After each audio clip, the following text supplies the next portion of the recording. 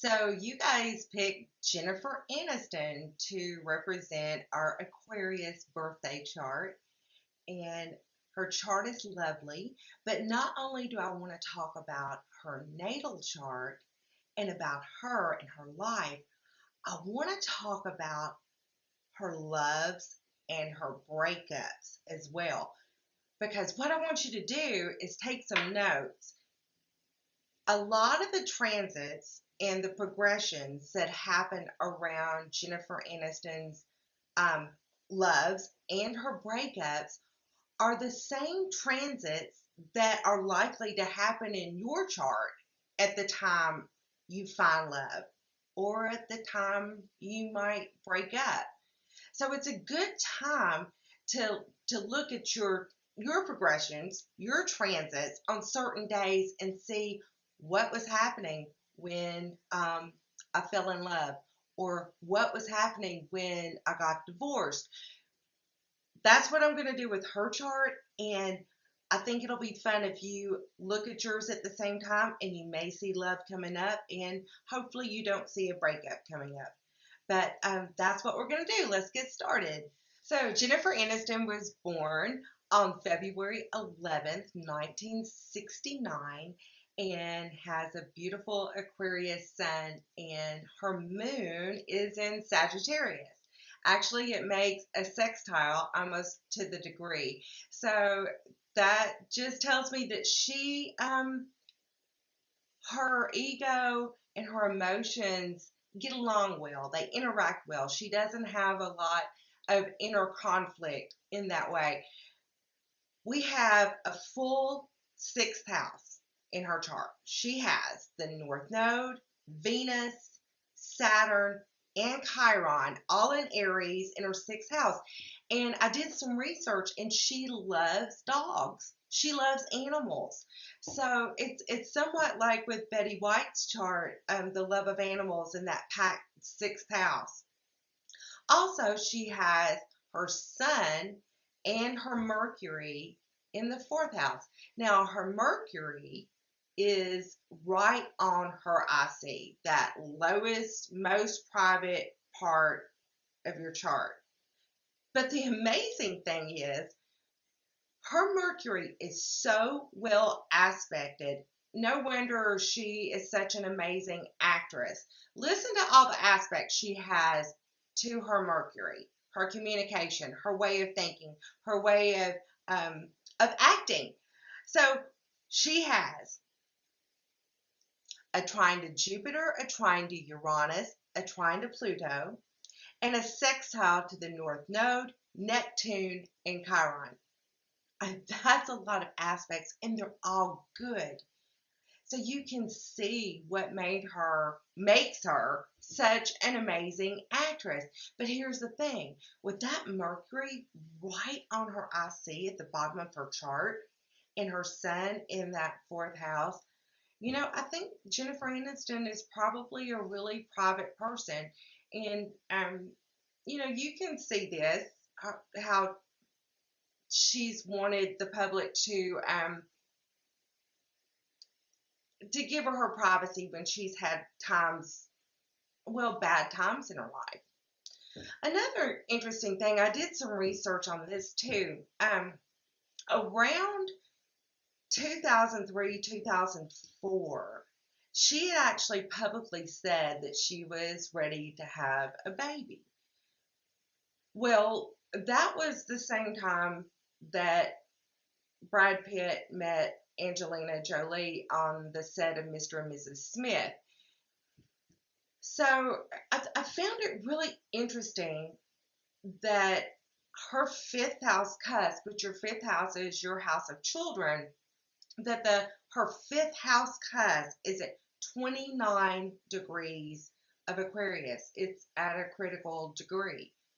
And I couldn't find a whole lot on it, but what I've heard her say since then is that whether she has a child or not is her personal choice, and that she, in fact, did not choose a career over children. So it makes me wonder, if perhaps that was her opportunity, that was when she wanted to have a child, and obviously things didn't work out, or perhaps she was physically unable to have children. I don't know, and I'm not going to speculate on that anymore, but I think that her having that fifth house cusp at 29 degrees, that critical degree says a lot in charts. I'm just going to leave that at that. So, some other really interesting things about Jennifer Aniston's chart. So, she's a Libra rising, so that makes Aries on her descendant. So, I look at the descendant ruler a lot to see what's going on in committed relationships. So, the ruler of her descendant is Mars. It's amazing how much Mars comes into play when we start looking at her loves and her breakups. So look at the ruler of your seventh house and what that planet is doing. It'll tell you a lot about your committed relationships. Now, also, the seventh house is the house of other people. And Jennifer Aniston has Mars conjunct Neptune. Now, I always think about Neptune being the planet of acting, because you have to use your imagination. And with Neptune and Mars, that just shows me again what an amazing, talented actress she is, because her seventh house cusp ruler, Mars, the other people, is with Neptune. So I found that to be really interesting.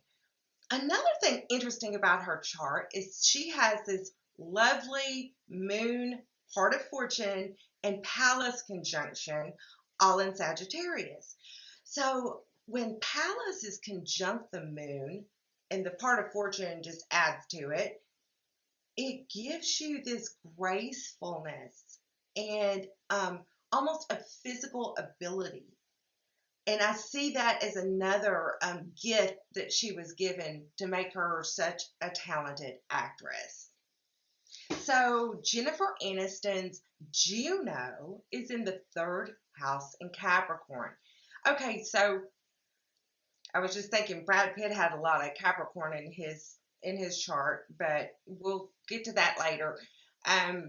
But Juno in the third house has to have communication.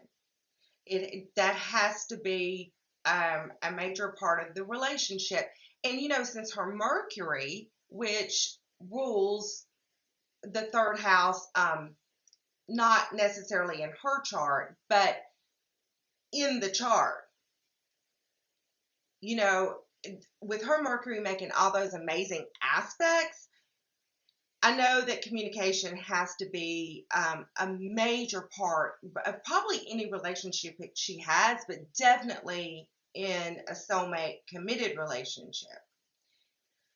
Okay, so let's look at Jennifer Aniston's loves and losses a little bit, because the transits and the regressions are so interesting, y'all. You were going to be, well, I was surprised. It just once again showed me how accurate and beautiful astrology is. So comment below as I get into this. Tell me what was going on in your chart when you fell in love, or what was going on in your chart when you broke up. I want to see what happened to everybody else too. Okay, so let's get started.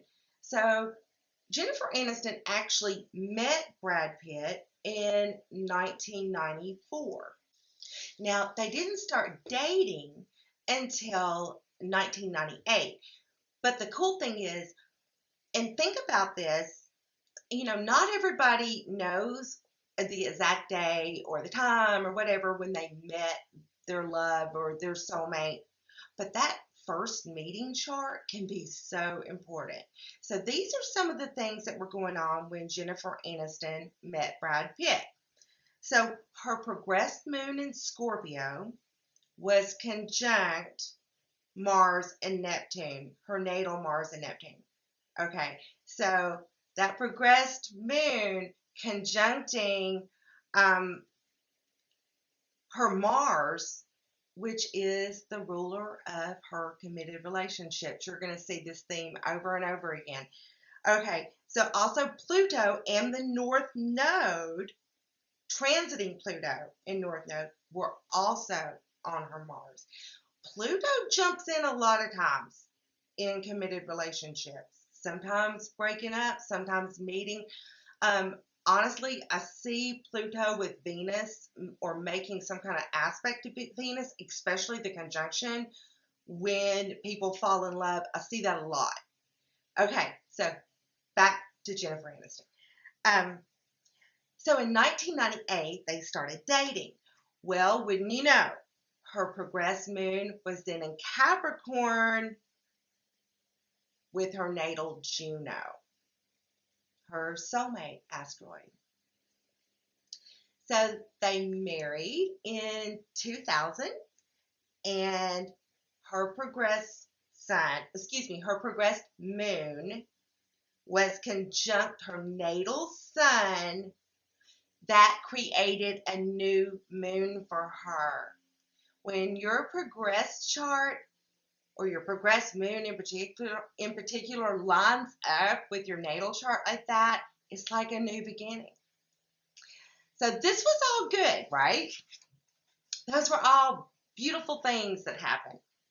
Now let's get into the not so beautiful part.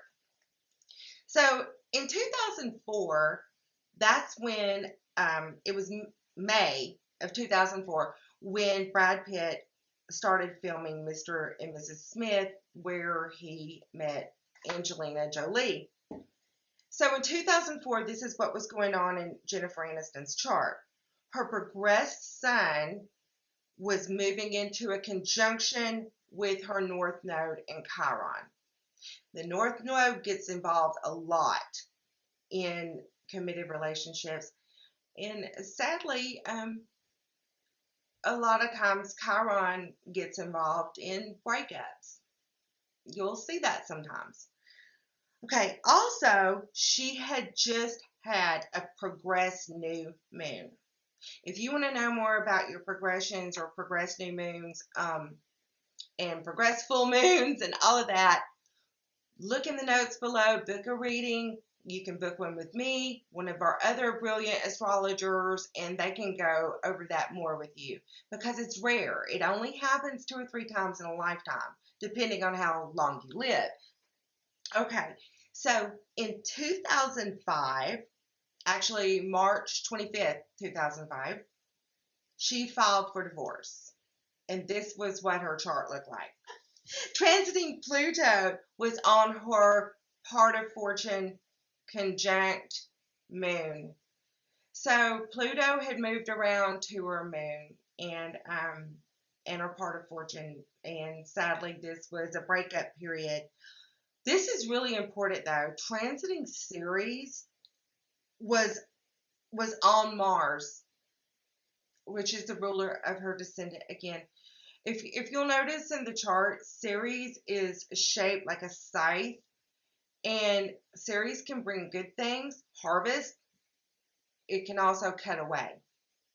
I do see Ceres a lot, quite a bit in death charts, but this was a cutting away from her marriage. So we're going to be doing a series on Black Moon Lilith. Well, at least 2 videos because I think it'll take me that many to really get into her because, oh, she's something else. But in Jennifer Aniston's chart, it's really interesting because her Black Moon, I think that's a lot of what gave her that girl next door sexuality. You know, it wasn't blatant like the Black Moon making a conjunction to Mars or even to Venus, but it was her Sun and Moon making these aspects. So it gave her that girl next door sexuality in a way. I just wanted to throw that one in there. So let's go on to when Jennifer Aniston met Justin Theroux.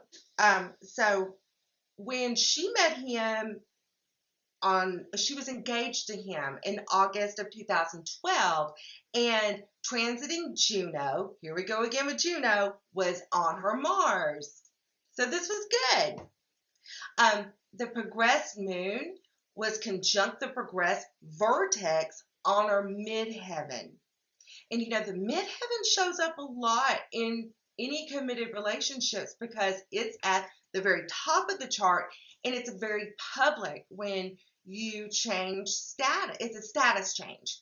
And actually, the midheaven has a lot to do with status. So, also, Venus, transiting Venus, was on her descendant. So, this was all really lovely. But then they married in 2015, and the progressed sun, her progressed sun, was on her Venus. Very nice transits. These are some of the things I would look for if I were looking for love in a chart. Okay, in 2018, Jennifer Aniston had a progressed full moon. And as I said before, these are things that don't happen but 2 or 3 times in a lifetime in your progressed chart. So this progressed full moon was actually the culmination of her marriage to Justin Theroux. So this is just, I love Jen Aniston's chart. I think she is probably a beautiful, fabulous person, probably really and truly someone that would be your friend, somebody that you would have a blast around. But what I really found interesting was how her charts so depicted love and separation, and with a lot of things that I see in others' charts when that happens. I hope you guys enjoyed Jen Aniston. Please leave me some comments below about your relationships, and I'll see you next time.